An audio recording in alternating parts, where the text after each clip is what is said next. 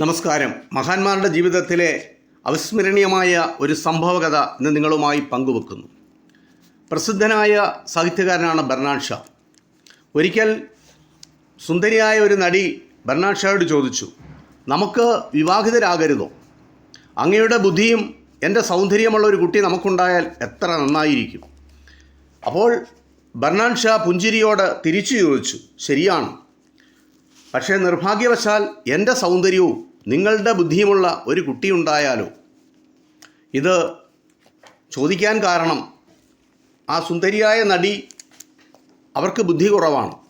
Bernard ഷായ്ക്ക് വലിയ സൗന്ദര്യമില്ല, ബുദ്ധിയാണുള്ളത്. അതാണ് ഈ സംഭാഷണത്തിൻ്റെ ഈ നർമ്മകഥയുടെ സാരം. ഇത് ഇത്രമാത്രം. നന്ദി, നമസ്കാരം.